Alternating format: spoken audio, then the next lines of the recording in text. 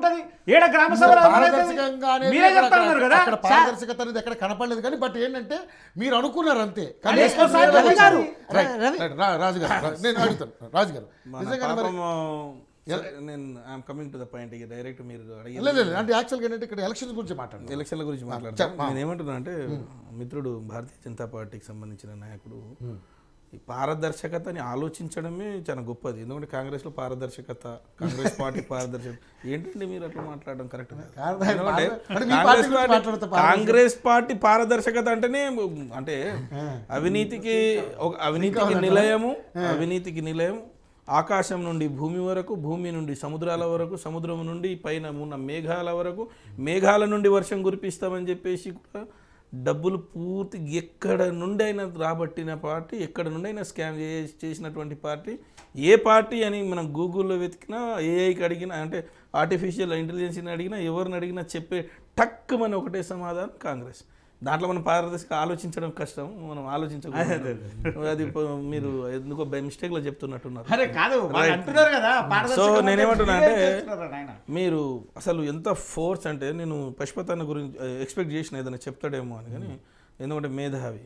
గ్రామ సభ అనేది ఒక ఫాల్స్, ఒక ఫేక్.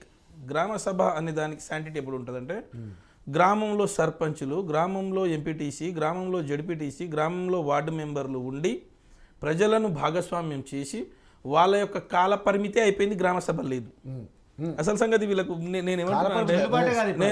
నేనేమంటున్నా, who is the signing authority? అధికారులు పెట్టి నడిపిస్తున్నారు కదా. అంటే నేనేమంటున్నా, ఒక్క నిమిషం అండి, అప్లికేషన్ తీసుకునే దానికి ఎక్కువ ప్రాధాన్యత. రవికుమార్ గారు ఈ తెలంగాణ రాష్ట్రంలో గ్రామ సభలకు సంబంధించి ఎలాంటివేవి చర్యలు లేవు, అధికారికంగా నిలబడేది కాదు. అది రేపు ఎవరైనా కోర్టుకు పోతే ఒకటి, అది అందరికీ తెలుసు. రెండు, కాలయాపనకు మాత్రమే ఇలాంటివన్నీ కూడా. కాలయాపన చేయాలి, ప్రజలను ఏదో వీళ్ళు చేస్తున్నామనే అటెన్షన్ని డైవర్షన్ చేసుకోవడం కొరకు, మేము ఇస్తున్నాము అనేది ఒక క్రియేట్ చేయడం కొరకు, ఒక అటెన్షన్ని తన వైపు తిప్పుకోవడానికి ప్రయత్నం చేస్తున్నటువంటి దాంట్లో భాగమే ఈ యొక్క గ్రామ సభలు. ఆ గ్రామ సభల్లో కూడా సావు తప్పి కన్నులొట్టబోయినట్టు ఉంది వాళ్ళ పరిస్థితి. ఎందుకు పెట్టిర్రా దేవుడా, ఈ ప్రజలు మమ్మల్ని ఈ రకంగా జరుపుతారు, దెబ్బలు తినే పరిస్థితి ముందుకు వచ్చేసిందని చెప్పేసి వాళ్ళు చావు తప్పి కన్నులొట్టబోయింది. గ్రామ సభలు అనేది ఫార్స్. రేపు జరగబోయే స్థానిక సంస్థల ఎన్నికలు, కమింగ్ టు ద పాయింట్, మీరు స్థానిక సంస్థల ఎన్నికల నోటిఫికేషన్ రాకంటే ముందే ఈరోజు ఏం నోటిఫికేషన్ వచ్చింది? ఎమ్మెల్సీ నోటిఫికేషన్ వచ్చింది. ఒకవైపు గ్రాడ్యుయేట్స్, ఇంకోవైపు టీచర్స్. నేనేమంటున్నా, కర్రు గాల్చి వాత పెట్టడానికి సిద్ధంగా ఉన్నటువంటి మేధావి వర్గం ఒకవైపు పంతులు ఉంటే, కూర్చొని ఉంటే, 2 లక్షల ఉద్యోగాలు ఇస్తామని చెప్పేసి నట్టేట ముంచినటువంటి కాంగ్రెస్ పార్టీకి నిరుద్యోగులు, గ్రాడ్యుయేట్స్ రెడీగా సిద్ధంగా ఉన్నారు. రుచి చూసే ముందు మన అంటే దానికి ఇంకెందుకు, దానికి పెద్ద ఇంకో విషయం చెప్తా. ఇంకా అది ఇంకా చాలా ఉంది. రెండవది ఇంకో విషయం చెప్తా. సర్పంచ్ ఎలక్షన్స్ సరే, పశుపతి గారు చెప్పినట్టుగా ఏంటంటే అక్కడ స్థానిక వ్యక్తి పైన కొంత ప్రభావం ఉంటుంది. ఎట్ ద సేమ్ టైం ఈ రాష్ట్ర ప్రభుత్వం క్యాండిడేట్ ఎవరో, కాంగ్రెస్ ఎవడో, బీజేపీ ఎవడో, బీఆర్ఎస్ ఎవరో ఆడ తేట తెల్లమే. గ్రామాల్లో తేట తెల్లమే. ఎక్కువ సీట్లు వస్తే ఈ పార్టీ ఖాతాలు వేసుకుంటారు, తక్కువ సీట్లు వస్తే మావాడు కాదంటారు. ఇది జనరల్గా జరిగే టాక్టిక్స్ అక్కడ. కానీ ప్రజలంతా తిక్కులు గారు, ప్రజలంతా అమాయకులు అసలే గారు. ప్రతిదీ రోజు లెక్క పెట్టుకుంటున్నారు.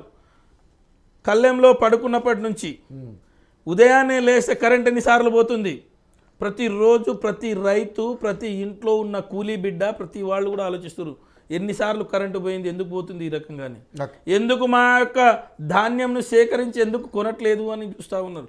ఎందుకు నాకు కనీసం కేసీఆర్ గారు ఉన్నప్పుడు నేను వేసుకున్న పంట వేసుకోకపోయినా, వర్షం పడకపోయినా, కాలువ ద్వారా నీళ్ళు వచ్చినా రాకపోయినా నాకైతే ఇన్ని పైసలు వచ్చేది, ఇల్లు దాటిపోయేది అనేది కూడా కొంతమందికి ఉన్నది. సరే, ఎక్కువ మంది పైసలు వచ్చిన వాళ్ళేమో ఎక్కువ భూమి, అది వేరే విషయం. కానీ ఎవరైతే గుంట, అరగుంట, ఎకరా, 2 ఎకరాలు, 5 ఎకరాలు, 8 ఎకరాలు, 10 ఎకరాల లోపల ఉన్నవాళ్ళు కేసీఆర్ గారిని ఇంకా బాగా విశ్వసించి పరిస్థితి ఏర్పడ్డది. ఎందుకంటే యాసంగి పోయింది, ఈ కాలం పోయింది, అప్పుడు కూడా పోయింది, ఎక్కడ కూడా రూపాయలు లేదు. ఇదిగో వచ్చే మొన్నండి ఒక్కరోజు రాత్రి ఈ రోజు ఆదివారము అర్ధరాత్రి తర్వాత పడతాయని గౌరవ ముఖ్యమంత్రి గారు మాట్లాడి ఎంత గౌరవం అండి అది. ఇక దీనికంటే అవమానం ఏదైనా ఉందా? తెలంగాణ రాష్ట్రంలో ప్రజలు ఏమైనా అమాయకులు అనుకుంటున్నారా? ఇది తెలంగాణ గడ్డనే సాయుధ రైతాంగ పోరాట గడ్డ.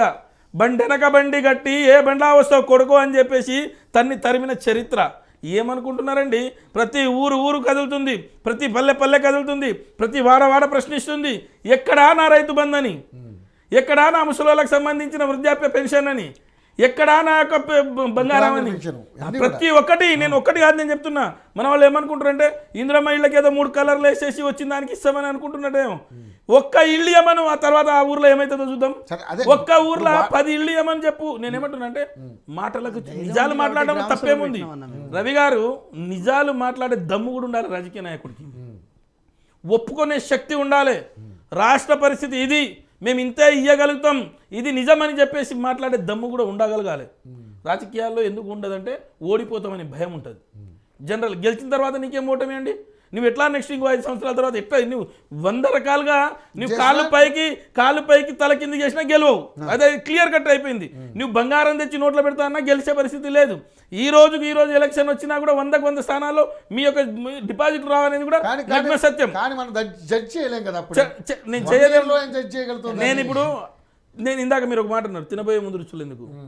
నిజంగా నీకు దమ్ము ధైర్యం ఉంటే, నిజంగా మీ మీద నమ్మకం ఉంటే మీరు ఇప్పుడు గ్రామ ఎలక్షన్లు పెట్టండి, స్థానిక ఎలక్షన్లు పెట్టండి, ఎంబడే హైదరాబాద్ ఎలక్షన్లు పెట్టండి. మీరు జిహెచ్ఎంసీ ఎలక్షన్లు ముందే ఎందుకు పోస్ట్ పోన్ చేయకూడదు, ప్రీపోన్ చేసుకోకూడదు? పెట్టండి, చూడండి, ఒక్క స్థానం గెలవండి హైదరాబాద్లో. మీరు రేవంత్ రెడ్డి సొంత నియోజకవర్గం కొడంగల్ అయితే పాని, అచ్చంపేట అయినా కానీ, కల్వకుర్తి అయినా కానీ, ఆయన ఉన్న ఇల్లు ఏదైతే కొడంగల్, ఆయన అచ్చంపేటలో ఇల్లు ఉంది, కల్వకుర్తిలో ఇల్లు ఉంది, కొడంగల్లో ఇల్లు ఉంది, హైదరాబాద్లో ఇల్లు ఉంది. ఈ 4 చోట్ల ఒక్క సీట్ గెలవమని చెప్పండి. రేవంత్ రెడ్డి గారికి ఇది పెద్ద టాస్క్ అయిపోతుంది. అతి పెద్ద జీరో కాబోతున్నారు రేవంత్ రెడ్డి గారు. అతి పెద్ద ఆయనకు ఏ రకంగా అంటే కాంగ్రెస్ నాయకులు ఆయనను జీరో చేయబోతున్నారు. కాంగ్రెస్ నాయకులు ఆయనను జీరో చేసి జోకర్ గా చేయబోతున్నారు. ఎందుకంటే అన్ని తనే నడిపిస్తున్నాడు కాబట్టి. రాజు గారు అప్పుడు కూడా కాన్ఫిడెంట్ గా ప్రజాభవన్కి రంగులు వేయించారు. మీకు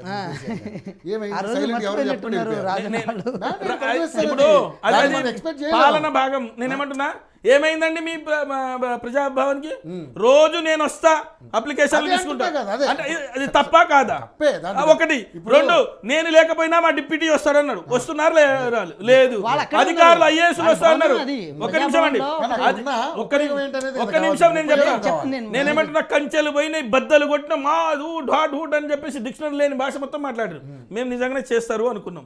కాంగ్రెస్ 100 సంవత్సరాల పరిపాలన అనుభవం ఉంది, 100 సంవత్సరాల పార్టీ. తెలంగాణ ప్రజల్లో వెలుగులు తీసుకొస్తారు అని ఒక్క నిమిషం అండి, వెలుగులు తీసుకొస్తారని అన్నాం. ఏమైందండి? ముఖ్యమంత్రి గారు లేరా తీసుకోవడానికి? ఎందుకు డిప్యూటీ సీఎం లేరా? పోనీ మంత్రులు లేరా? పోనీ మంత్రులు కాకపోతే కనీసం ఎమ్మెల్యేలు వచ్చి కూర్చోరా? ఎమ్మెల్యేలు పోతే ఐఏఎస్లను వచ్చి కూర్చోవాలి కదా. పోనీ ఐఏఎస్ గ్రూప్ 1 ఆఫీసర్లను కూర్చోవాలి కదా. ముఖ్యమంత్రి లేడు రవి గారు, ముఖ్యమంత్రి లేడు, ఉప ముఖ్యమంత్రి లేడు, మంత్రులు లేరు, కార్యదర్శులు లేరు, కలెక్టర్లు లేరు, గ్రూప్ 1 ఆఫీసర్ లేరు. చివరికి ఎవరు కూర్చున్నారు తెలుసా? అవుట్ సోర్సింగ్ ఉద్యోగులు వచ్చి కూర్చొని కాగితాలు ఎవరైనా ఒకటి ఇస్తున్నారు, లేకపోతే వాళ్ళు కూడా ఛాయ్ టిఫిన్ తినేసి వెళ్ళిపోతారు. ఇది మీ ప్రజాపాలన అండి. ఏమని మాట్లాడతారు? ప్రజాపాలన. మేము వీరులం చేస్తాం, మేము బద్దలు కొడతాం, ఉద్యోగాలు ఇస్తాం, మీకు ఇల్లులు ఇస్తాం, ఇంట్లోనే కూర్చున్న వాళ్ళకి మీకు తులం బంగారం ఇంటికే వస్తాం. ఇవన్నీ కూడా స్థానిక సంస్థల వచ్చేసింది. స్థానిక ప్రశ్నించడానికి ఇంకా టైం ఉంది. స్థానిక సంస్థల ఎన్నికల్లో తేట తెల్లమైతే పాలేందో నీళ్ళేందో తేలబోతున్నాయి. ప్రజలు చూద్దాం, అది కూడా చూద్దాం. మన గాంధీ గారు ఏంటి అసలు నిజంగా అంటే ఇప్పుడు స్థానిక సంస్థల ఎన్నికల మీరు కొన్నబాటలు కొట్టారు. ఏమని? ఇప్పుడప్పుడే మన ఖర్చు మేర కూడా కనపడట్లేదని. సో నిజంగా అటువంటి జరిగితే మన నిజంగా నష్టపోయేది ఈ ప్రభుత్వమే. అయితే వీళ్ళ ఆలోచన నాకు తెలిసే అనుకుంటున్నా. కొంత పోస్ట్